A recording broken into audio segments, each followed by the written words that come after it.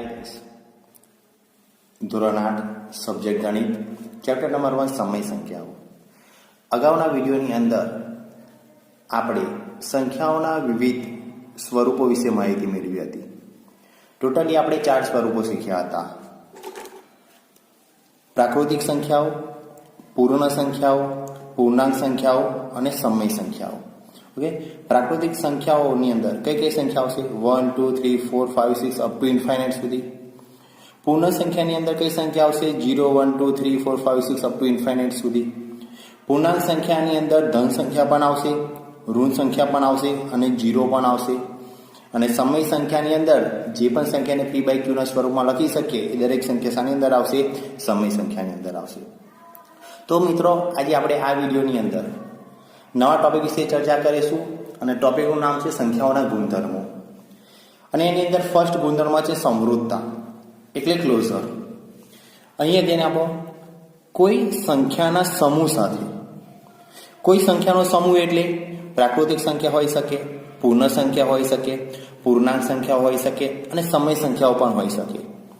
જો સરવાળા, બાદબાકી, ગુણાકાર કે ભાગાકારની ક્રિયા કરતા આ સમૂહ સાથે જો સરવાળો, બાદબાકી, ગુણાકાર અથવા ભાગાકારની ક્રિયા કરતા તે જ સમૂહની સંખ્યા મળે. તમે સરવાળો કરો બે સંખ્યાનો અને એનો જવાબ આ જ સમૂહની કોઈ સંખ્યા મળે તો તે ક્રિયા માટે તે સમૂહની સંખ્યાઓ સમૃદ્ધ છે. ના ખબર પડે તો આપણે એક્ઝામ્પલ દ્વારા જોઈએ. સૌપ્રથમ આપણે ચેક કરીશું પ્રાકૃતિક સંખ્યાઓ માટે. હવે આપણને ખબર છે પ્રાકૃતિક સંખ્યાઓ કેટલી છે. ઓકે, કઈ કઈ પ્રાકૃતિક સંખ્યાઓ? તો ફોર એક્ઝામ્પલ, પ્રાકૃતિક સંખ્યા માટે સૌપ્રથમ આપણે કઈ ક્રિયા જોઈશું? સરવાળાની ક્રિયા. તો પ્રાકૃતિક સંખ્યા આપણે અહીંયા કોઈ પણ બે પ્રાકૃતિક સંખ્યા લઈ લઈએ. ફોર એક્ઝામ્પલ 5 અને 7. કઈ ક્રિયા કરવાની છે? સરવાળાની. તો 5 + 7 ઇઝ ઇક્વલ ટુ આન્સર તમને કેટલો મળશે?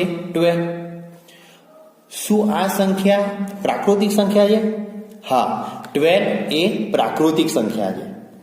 હવે મિત્રો યાદ રાખજો કે તમે અહીંયા 5 + 7 એવું નહીં, પ્રાકૃતિક સંખ્યાઓમાંથી તમે કોઈ પણ સંખ્યા લઈ શકો અને એ બે સંખ્યાઓથી જો સરવાળાની ક્રિયા કરવામાં આવે અને જો મળતું પરિણામ પ્રાકૃતિક સંખ્યા હોય તો આપણે કહી શકીએ કે સરવાળાની ક્રિયા માટે પ્રાકૃતિક સંખ્યાઓ કેવી છે?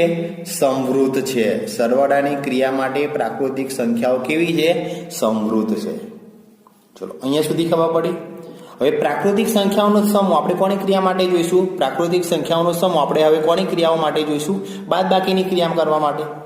તો અહીંયા પ્રાકૃતિક સંખ્યા લઈએ. For example 7 - 3 is equal to answer કેટલો આવશે? 4 આવશે. 4 એ પ્રાકૃતિક સંખ્યા છે. હા, 4 એ કેવી સંખ્યા છે? પ્રાકૃતિક સંખ્યા. હવે બીજું કોઈ સિચ્યુએશન આપણે ચેક કરીએ, રિવર્સ કરીએ. 3 - 7 ઇઝ ઇક્વલ ટુ -4. હવે -4 એ પ્રાકૃતિક સંખ્યા છે? ના, -4 એ પ્રાકૃતિક સંખ્યા નથી. ધ્યાન આપો, 7 - 3 કર્યું તો આપણને આન્સર 4 મળ્યો, પરિણામ 4 મળ્યું અને આ પરિણામ પ્રાકૃતિક સંખ્યાઓનો સમૂહમાં સમાવેશ થાય છે. પરંતુ -4 અહીંયા 3 - 7 કર્યું તો આપણને જે પરિણામ -4 મળ્યું એ સંખ્યાનો સમાવેશ પ્રાકૃતિક સંખ્યાઓના સમૂહમાં થતો નથી. તો આપણે કહી શકીએ કે બાદબાકીની ક્રિયા માટે પ્રાકૃતિક સંખ્યાઓ સમૃદ્ધ નથી. હવે એ જ રીતના આપણે ગુણાકારની ક્રિયા ચેક કરીએ. ફોર એક્ઝામ્પલ કોઈ પણ બે નંબર લઈ લે. 5 × 4 આન્સર કેટલો આવશે? 20. તમે કોઈ પણ પ્રાકૃતિક સંખ્યા લઈ અને એની સાથે જો ગુણાકારની ક્રિયા કરવામાં આવે તો મળતું પરિણામ હંમેશા પ્રાકૃતિક સંખ્યા જ હશે. ઓકે, તો ગુણાકારની ક્રિયા માટે પ્રાકૃતિક સંખ્યાઓ કેવી છે? સમૃદ્ધ છે. હવે કઈ એક વસ્તુ યાદ રાખજો કે સામાન્ય રીતે કોઈ પણ બે પ્રાકૃતિક સંખ્યા, ધારો કે બે પ્રાકૃતિક સંખ્યા a અને b લઈએ, બરાબર? તો a અને b માટે સરવાળા માટે શું થશે? a + b. ગુણાકાર માટે શું થશે? a × b. તો a + b અને a × b માટે પ્રાકૃતિક સંખ્યાઓ હંમેશા કેવી હોય છે? સમૃદ્ધ જ હોય છે. કેવી હોય છે? સમૃદ્ધ જ હોય છે. હવે આપણે ભાગાકારની રીત માટે જોઈએ. ફોર એક્ઝામ્પલ અહીંયા પ્રાકૃતિક સંખ્યા લઈ લઈએ 3, એને ડિવાઈડ કરીએ કેટલા વડે? 2 વડે. તો આનો આન્સર કેટલો આવશે? 1.5. કેટલો આન્સર આવશે આનો? 1.5 આન્સર આવશે. તો શું આ સંખ્યા પ્રાકૃતિક સંખ્યા છે? ના, આ સંખ્યા પ્રાકૃતિક સંખ્યા નથી. તો આપણે કહી શકીએ કે ભાગાકારની ક્રિયા માટે પ્રાકૃતિક સંખ્યાઓ સમૃદ્ધ નથી. તો અહીંયા યાદ રાખજો, સરવાળાની ક્રિયા માટે પ્રાકૃતિક સંખ્યાઓ સમૃદ્ધ છે, બાદબાકીની ક્રિયા કરવા માટે પ્રાકૃતિક સંખ્યાઓ સમૃદ્ધ નથી, ગુણાકારની ક્રિયા માટે પ્રાકૃતિક સંખ્યાઓ સમૃદ્ધ છે અને ભાગાકારની ક્રિયા માટે પ્રાકૃતિક સંખ્યાઓ સમૃદ્ધ નથી. હવે આપણે બીજો સમૂહ લઈએ પૂર્ણ સંખ્યાઓ માટે. પૂર્ણ સંખ્યાઓ આપણને ખબર છે, W વડે એની સંખ્યા દર્શાવવામાં આવે છે. પૂર્ણ સંખ્યાની અંદર શું આવશે? 0, 1, 2, 3, 4, 5, 6 અપ ટુ ઇન્ફાઇનાઇટ સુધી. હવે આપણે કોઈ પણ બે પૂર્ણ સંખ્યાઓ લઈ લઈએ અને કઈ ક્રિયાનો ઉપયોગ કરીએ? સરવાળાનો.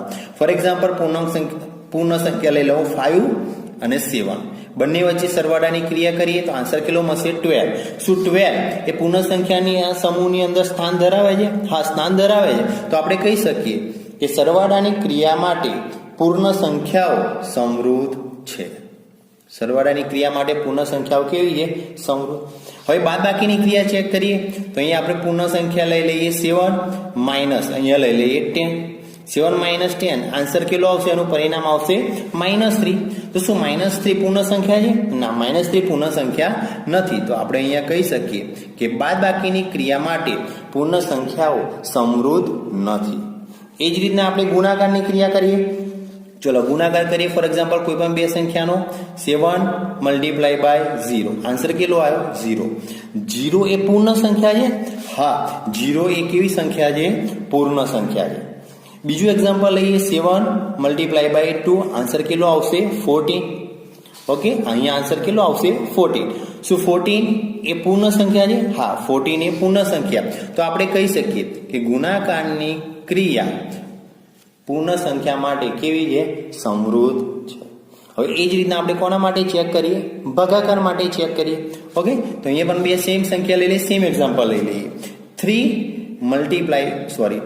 ડિવાઈડ બાય 2, 3 ભાગ્યા 2, આનો આન્સર કેટલો આવશે? 1.5. 1.5 એ પૂર્ણ સંખ્યા છે?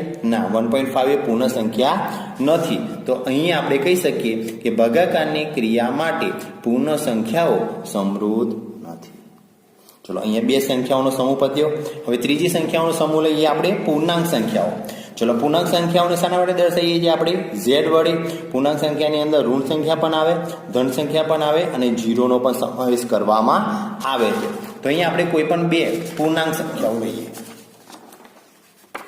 ફોર એક્ઝામ્પલ અહીંયા બે પૂર્ણાંક સંખ્યા લઈએ અને આપણે યુઝ કરીએ સરવાળાની ક્રિયા. તો -3 પ્લસ -4, તો આ બંનેનો આન્સર કેટલો આવશે? -7. શું -7 એ પૂર્ણાંક સંખ્યા છે? હા, -7 એ કેવી સંખ્યા છે? પૂર્ણાંક સંખ્યા છે. સેકન્ડ વન એક્ઝામ્પલ લઈએ. -3 plus 4 is equal to answer કેટલો આવશે? 1. 1 એ પૂર્ણાંક સંખ્યા છે? હા, 1 એ કેવી સંખ્યા છે? પૂર્ણાંક સંખ્યા. તો આપણે કહી શકીએ કે સરવાળાની ક્રિયા માટે પૂર્ણાંક સંખ્યાઓ કેવી છે? સમૃદ્ધ છે. સેમ એક્ઝામ્પલ લઈએ બાદબાકી માટે. -3 minus 4 is equal to answer કેટલો આવશે? -7. બરાબર છે. શું -7 એ પૂર્ણાંક સંખ્યા છે? હા, -7 એ પૂર્ણાંક સંખ્યા છે. ઓકે, તો આપણે કહી શકીએ કે બાદબાકીની ક્રિયા માટે પૂર્ણાંક સંખ્યાઓ કેવી છે? સમૃદ્ધ છે. ગુણાકારની વાત કરીએ. ફોર એક્ઝામ્પલ અહીંયા લખીએ 8 મલ્ટીપ્લાય બાય -4, આન્સર કેટલો આવશે? -32. શું -32 એ પૂર્ણાંક સંખ્યા છે? હા, -32 એ કેવી સંખ્યા છે? પૂર્ણાંક સંખ્યા છે.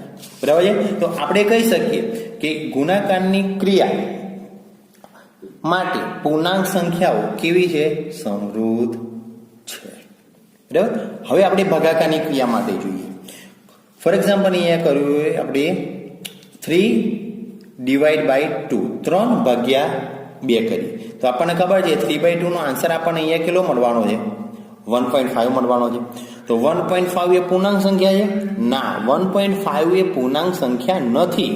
તો ભાગાકારની ક્રિયા માટે પૂર્ણાંક સંખ્યાઓ સમૃદ્ધ નથી. ઓકે, અને છેલ્લો આપણો સમૂહ કયો? સમય સંખ્યાઓ. હવે આપણને ખબર છે કે સમય સંખ્યા કોને કહેવાય? કે કોઈ પણ સંખ્યાને p/q સ્વરૂપમાં લખી શકીએ. આપણે એને શું કહીએ છીએ? સમય સંખ્યાઓ કહીએ. તો સમય સંખ્યાઓ માટે સૌપ્રથમ આપણે કઈ ક્રિયા સાથે એનો ઉપયોગ કરીશું? સરવાળાની ક્રિયા સાથે ઉપયોગ કરીશું.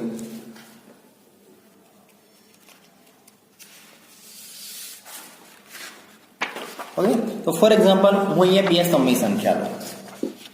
ચલો, 4 એ સમય સંખ્યા છે, સમય સંખ્યા છે.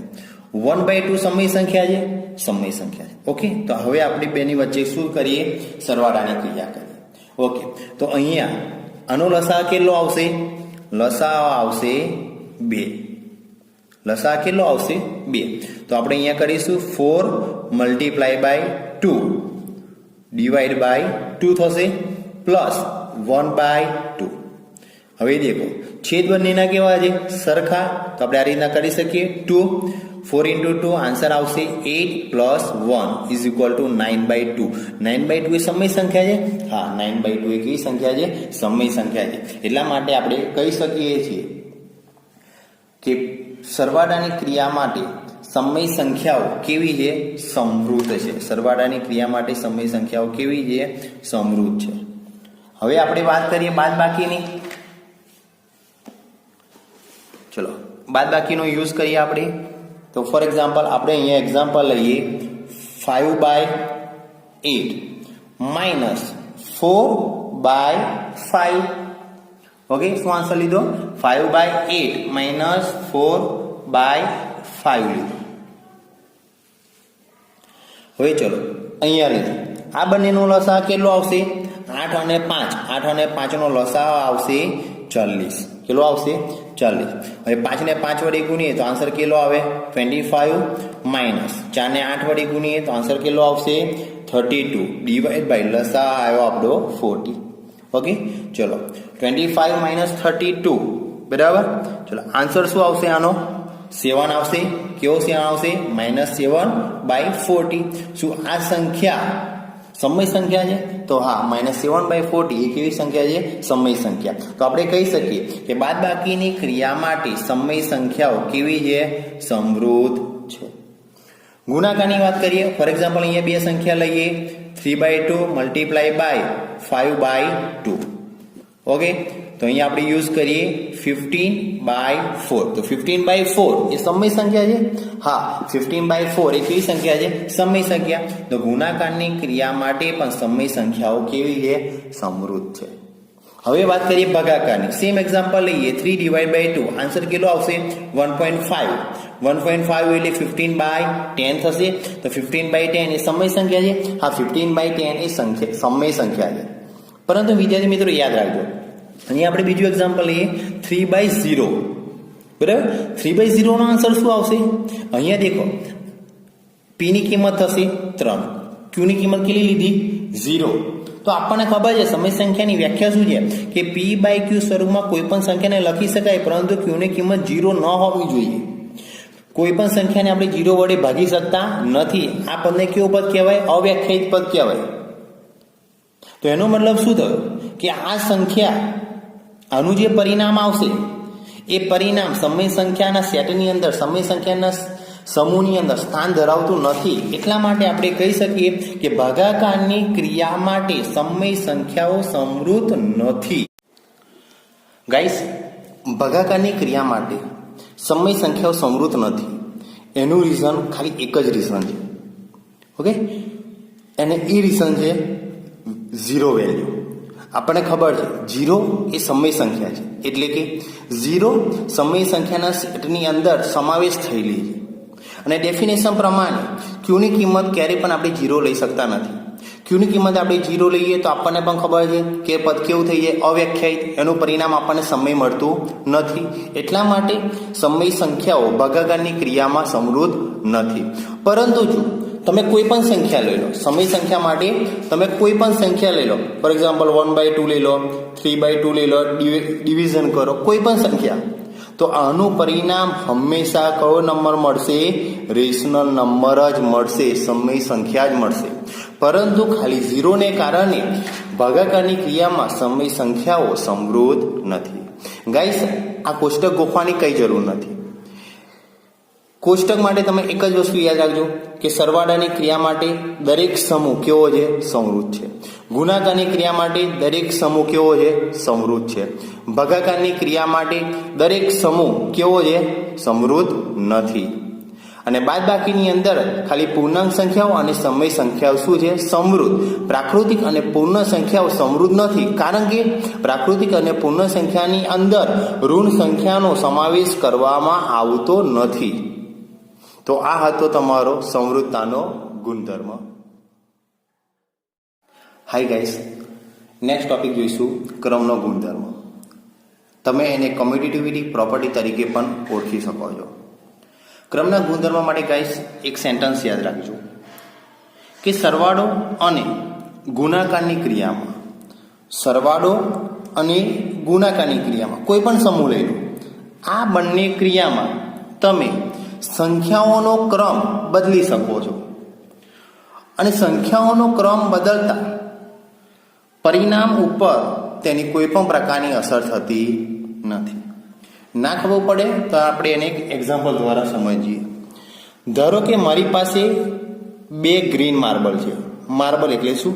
લખોટી. ઓકે, 2 ગ્રીન માર્બલ છે અને 3 બ્લુ માર્બલ છે. હવે તમને કહેવામાં આવે કે ટોટલ માર્બલ્સની તમે શું કરો? ગણતરી કરો. તો સૌપ્રથમ આપણે ગણતરી કરીએ ગ્રીન માર્બલની અને ત્યાર પછી આપણે બીજાની ગણતરી કરીશું બ્લુ માર્બલની.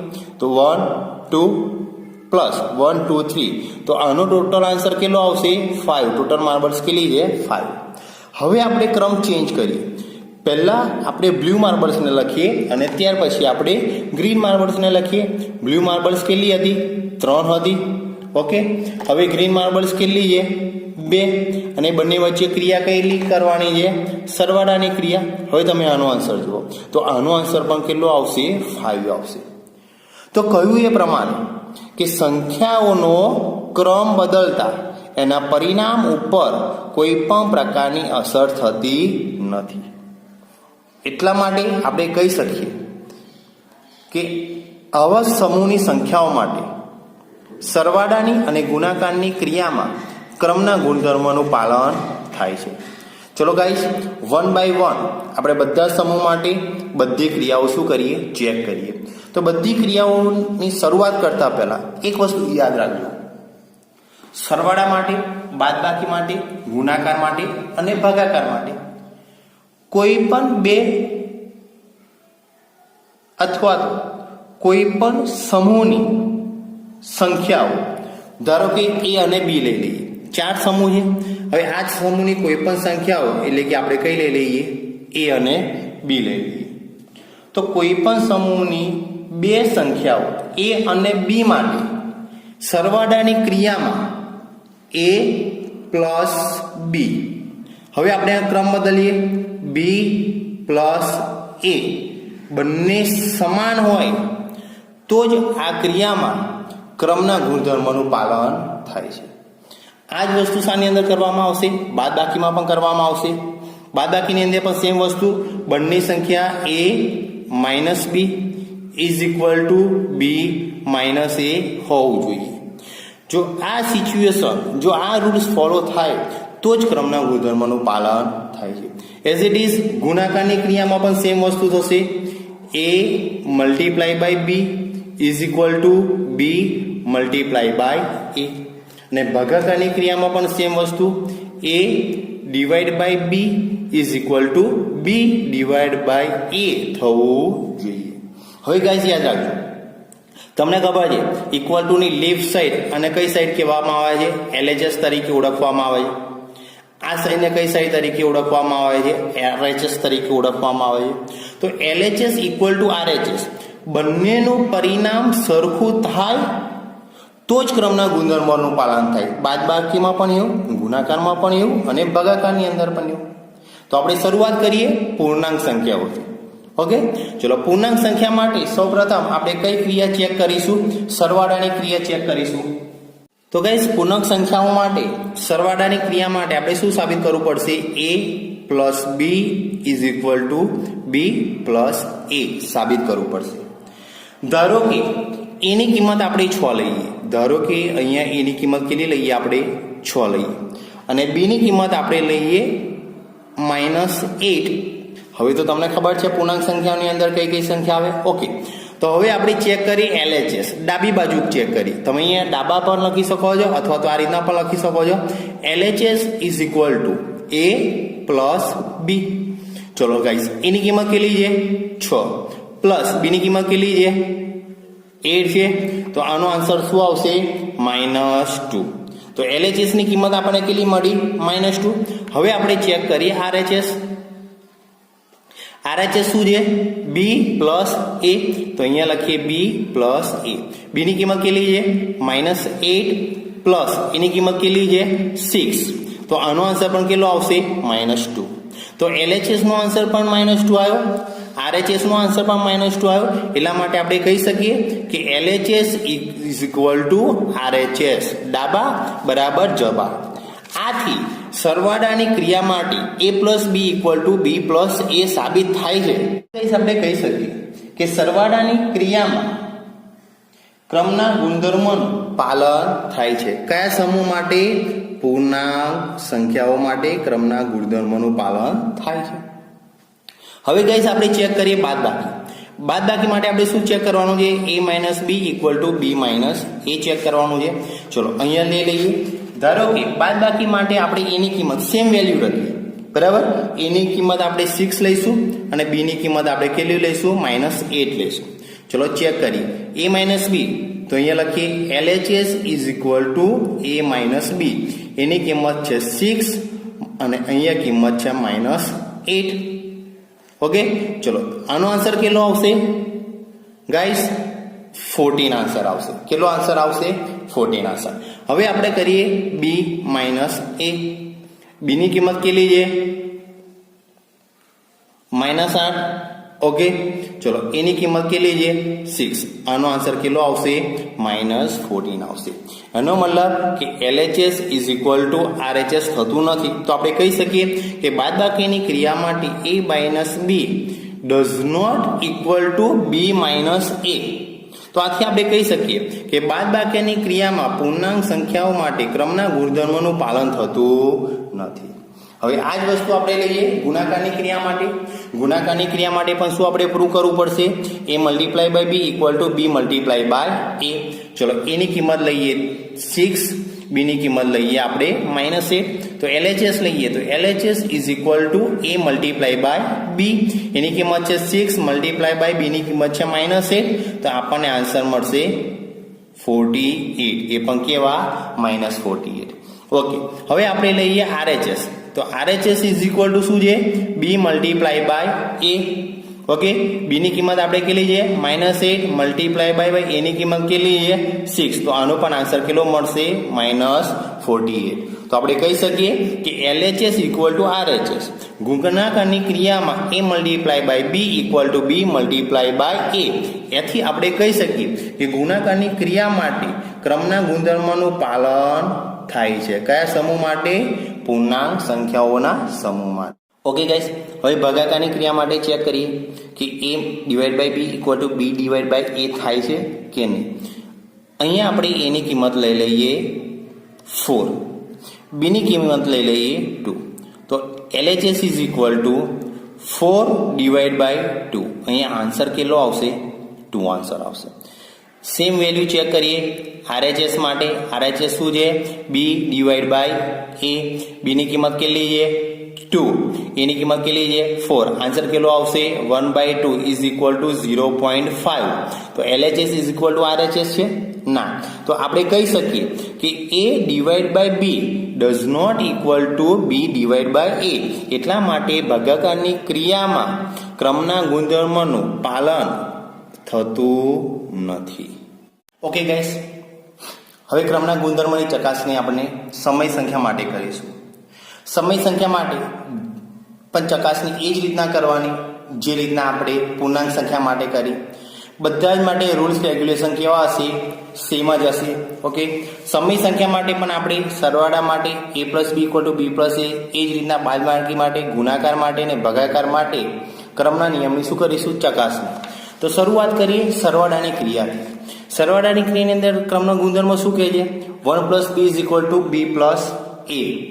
ઓકે, તો અહીંયા આપણે A ની કિંમત લઈએ છીએ -7/3 અહીંયા આપણે એની કિંમત કેટલી લઈએ a ઇઝ ઇક્વલ ટુ -7/3 અને b ની કિંમત લઈએ જે આપણે 5/4 અહીંયા b ની કિંમત આપણે કેટલું લઈશું 5/4 હવે આપણે ગણતરી કરીએ તો LHS is equal to a plus b તો ઇઝ ઇક્વલ ટુ એની કિંમત છે -7/3 પ્લસ બી ની કિંમત છે 5/4 હવે આપણને ખબર છે 3 અને